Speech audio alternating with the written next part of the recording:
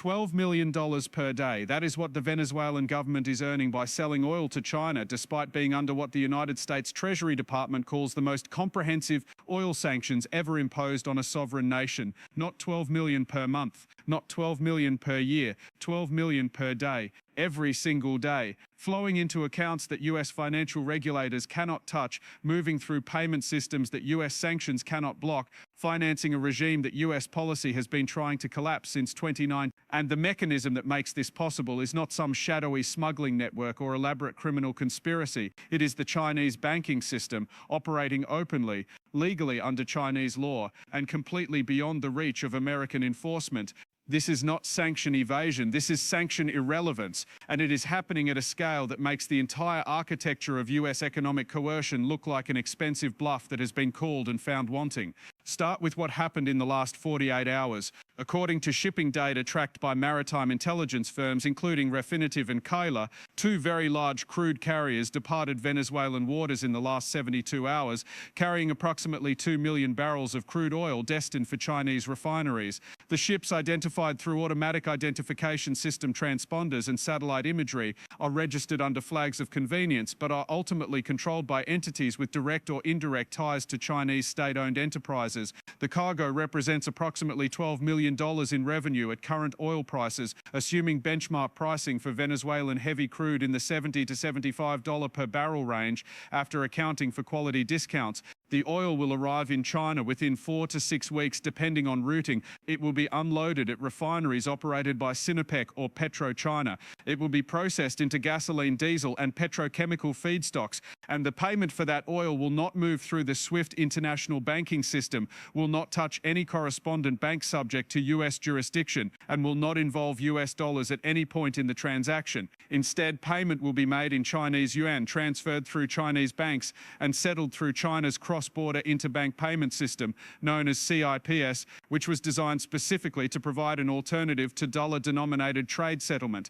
This is the architecture that has rendered US oil sanctions on Venezuela effectively meaningless, and it is not new. It has been operating at scale since at least 20. What is new is the volume. Venezuelan oil exports to China have increased by approximately 40% over the past 12 months, according to estimates from energy analytics firms. That increase has accelerated since late 2025 as global oil prices rose due to supply disruptions from the ongoing conflict in the Middle East. Higher prices mean higher revenues, and higher revenues mean the Maduro government is earning more money now under sanctions than it was earning in 2018 before the harshest sanctions were imposed.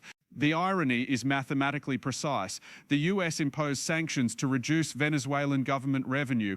Instead, by restricting Venezuela's access to Western markets and forcing concentration of sales to China, the sanctions created a scenario where Venezuela became more valuable to China as a supplier, and when global oil prices spiked due to Middle East instability, a crisis partially driven by US military involvement, Venezuela's China-directed exports generated record revenues under the same sanctions designed to bankrupt the regime. The policy did not just fail, it created the opposite outcome through a chain of unintended consequences that any strategic planning process should have anticipated.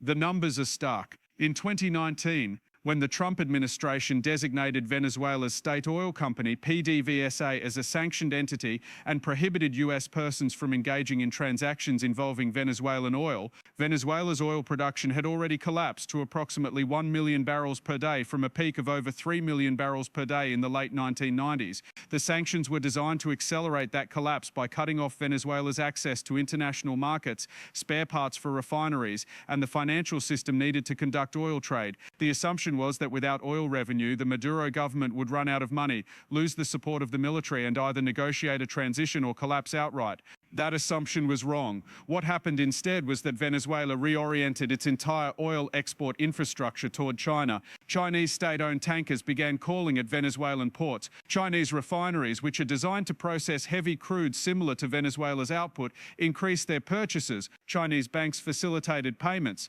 And the Chinese government, which has lent Venezuela over $60 billion since 2007, according to research from Boston University's Global Development Policy Center, accepted oil shipments as repayment for existing loans, creating a closed-loop system that required no involvement from Western financial institutions.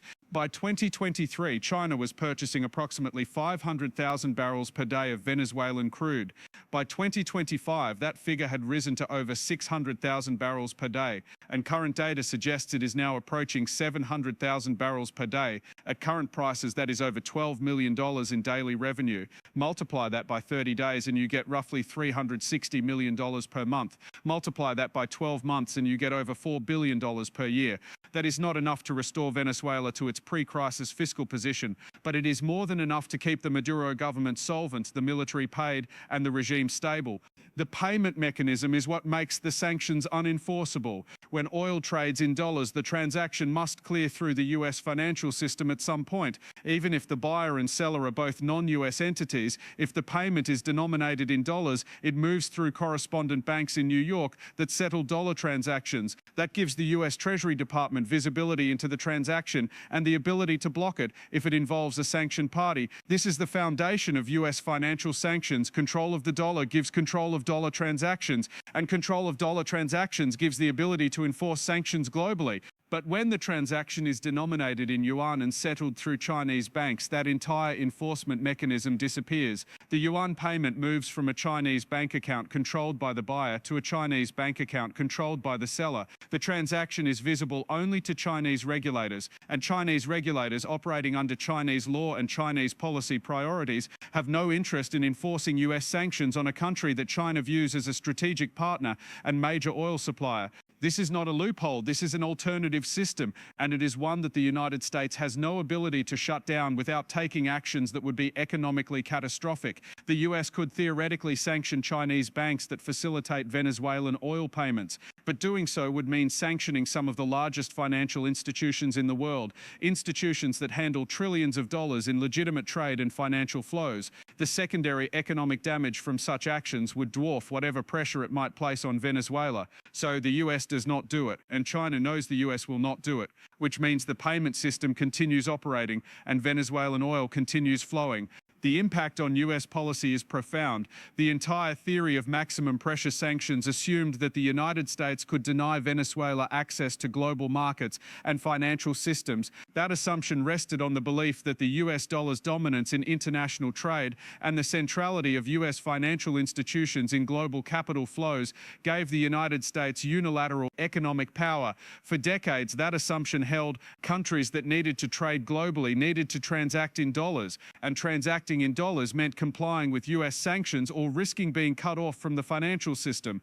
But that assumption depended on there being no alternative. As long as there was no viable non-dollar payment system, no major financial institutions willing to facilitate sanctioned transactions, and no large economies willing to absorb sanctioned exports, the US could impose costs that were genuinely unacceptable. China has changed that calculation. China has built an alternative payment system. China operates financial institutions large enough to handle major commodity transactions without needing US correspondent banks. And China's economy is large enough to absorb significant volumes of oil from sanctioned producers without creating market distortions. The result is that US sanctions on Venezuela have not collapsed the Maduro government. They have not forced a political transition. They have not even reduced Venezuelan oil exports to zero. What they have done is redirect those exports from a diversified set of buyers, including the United States, Europe, and Asia, to a single dominant buyer, China. And in doing so, they have made Venezuela more dependent on China, not more compliant with US demands. That dependence has strategic consequences. Venezuela now owes China over $60 billion in oil-backed loans. Those loans are being repaid in oil shipments at rates negotiated between the Venezuelan government and Chinese state-owned enterprises. The terms of those agreements are not publicly disclosed, but energy analysts assess that China is likely receiving Venezuelan oil at a discount to market prices in exchange for the financing and sanctions evasion infrastructure China provides. That means Venezuela is earning less per barrel than it would in an open market, but it is earning something which is more than it would earn if sanctions successfully cut off all buyers. China benefits from this arrangement in multiple ways. It secures a long-term supply of heavy crude at discounted prices. It gains leverage over a government that is deeply indebted and has no alternative export markets. It demonstrates to other countries under US sanctions, such as Iran, that China can provide a viable economic lifeline that renders US sanctions less effective. And it strengthens the yuan's role as an alternative reserve currency by creating demand for yuan-denominated transactions in the global energy market. The Venezuela case is not unique. Iran is using similar mechanisms to export oil to China despite US sanctions. Russia, after the imposition of oil price caps and sanctions following the invasion of Ukraine, has increased oil exports to China and India using non-dollar payment systems. In each case, the pattern is the same. The United States imposes sanctions. The targeted country reorients exports toward China or other non-Western buyers. Payments are made in yuan or other non-dollar currencies. And the sanctions, while imposing costs, do not achieve their stated objective of collapsing the target's economy or forcing policy change. This is the structural problem that the United States has not solved. Sanctions work when the target has no alternatives, but the rise of China as a major economy willing to transact outside the dollar system means that alternatives now exist for countries that can offer something China wants. Venezuela has oil, Iran has oil, Russia has oil and natural gas. These are commodities China needs, and China is willing to provide the financial infrastructure, the market access, and the political cover to keep those commodities flowing despite US objectives.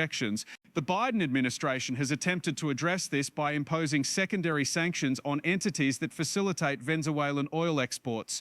In 2023, the US Treasury Department sanctioned several shipping companies and individuals accused of helping Venezuela evade sanctions. The impact was minimal. The ships were re-registered under different names. The individuals were replaced. The oil kept flowing. The fundamental problem is that the US lacks the enforcement capability to stop transactions that occur entirely outside US jurisdiction using non-dollar currencies and non-US financial institutions. The Trump administration's approach to Venezuela sanctions was even more aggressive, including threats of military action and recognition of opposition leader Juan Guaidó as interim president. That policy failed completely. Guaidó is no longer recognized by most countries. Maduro remains in power, and Venezuelan oil exports to China are higher now than they were when maximum pressure was first imposed. The policy's failure is not a matter of insufficient effort or poor execution. It is a structural failure rooted in the changing architecture of the global economy.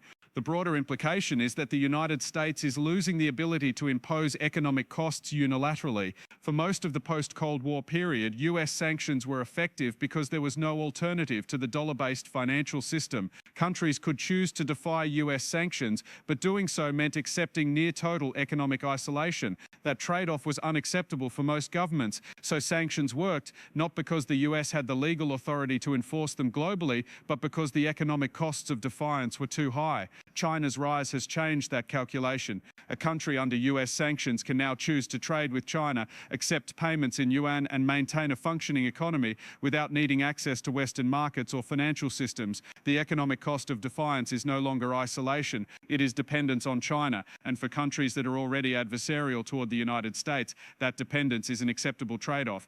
Venezuela is the test case. The US has imposed the toughest sanctions short of a full trade embargo. The Venezuelan economy has suffered. Hyperinflation destroyed the currency. Poverty increased. Millions of people fled the country. But the government survived. It survived because it had a buyer for its oil, a financial system to receive payment, and a geopolitical patron willing to provide both. That buyer is China. That financial system is the Yuan, and that patron is the Chinese government. The oil flowing from Venezuela to China is not just a sanction evasion story. It is a story about the limits of US economic power in a multipolar world. It is a story about the consequences of building an alternative financial system that does not require Western participation. And it is a story about what happens when the assumption that the US can deny market access to any country it chooses turns out to be wrong. The $12 million per day is not just revenue for the Maduro government. It is a measurement of how much US sanctions have failed to achieve their objective. Every tanker that leaves Venezuelan waters headed for China is a demonstration that the sanctions regime is porous. Every yuan-denominated payment that clears through Chinese banks is a demonstration that the dollar's dominance is no longer absolute. And every day that the Maduro government remains in power, despite being under the most comprehensive sanctions the US can impose, is a demonstration that economic coercion is is losing its effectiveness. Other countries are watching. Iran has already adopted similar strategies. Russia is expanding its use of yuan-based trade settlement. Countries in Africa, Latin America and Asia that have historically been vulnerable to US economic pressure are now exploring alternatives. The Venezuela model, where a sanctioned country maintains economic viability through exclusive reliance on China, is being studied and potentially replicated. The strategic consequence for the United States is that one of its primary foreign policy tools is losing effectiveness. Sanctions have been the preferred alternative to military action for decades. They allowed the US to impose costs on adversaries without deploying troops or risking American lives. But if sanctions can be evaded by simply redirecting trade to China and accepting yuan payments, then the cost imposition mechanism breaks down. And if that mechanism breaks down, the US is left with fewer options for shaping the behavior of governments it opposes. The Venezuela case is particularly stark because the US has thrown everything short of military intervention at the problem. Diplomatic isolation, asset freezes, oil export bans, secondary sanctions, recognition of an alternative government. None of it worked. Maduro is still in power. Venezuelan oil is still being exported, and the revenue from those exports is still funding the government the US wants to replace. The failure is not because the policy was poorly designed. It is because the underlying assumption that the US can unilaterally deny a country access to global markets and financial systems is no longer true. China has built an alternative, and that alternative is functioning well enough to keep Venezuela economically viable despite US efforts. The $12 million per day is the price of that failure. It is the daily reminder that the world has changed, that US economic dominance is no longer sufficient to impose outcomes on countries that have alternatives, and that the era of unilateral American economic coercion is ending, not because the US chose to end it, but because the targets of that coercion found another patron willing to provide what they need. This is not a problem that can be solved with more sanctions. The sanctions are already maximized. Adding more names to the sanctions list will not stop Chinese banks from processing yuan payments. Threatening secondary sanctions on Chinese entities will not change Chinese policy if the economic and strategic value of Venezuelan oil outweighs the cost of US displeasure. And the US cannot force China to enforce American sanctions against a country China views as a partner. So the oil keeps flowing, the payments keep clearing, the government keeps functioning, and the sanctions, despite their severity and despite their enforcement, achieve nothing close to their stated objective. That is the reality of US policy toward Venezuela, and it is a reality that has profound implications for US policy toward every other country where economic coercion is the primary tool of statecraft. The sanctions regime has not failed because it was not harsh enough. It has failed because the world has built an alternative, and that alternative is working.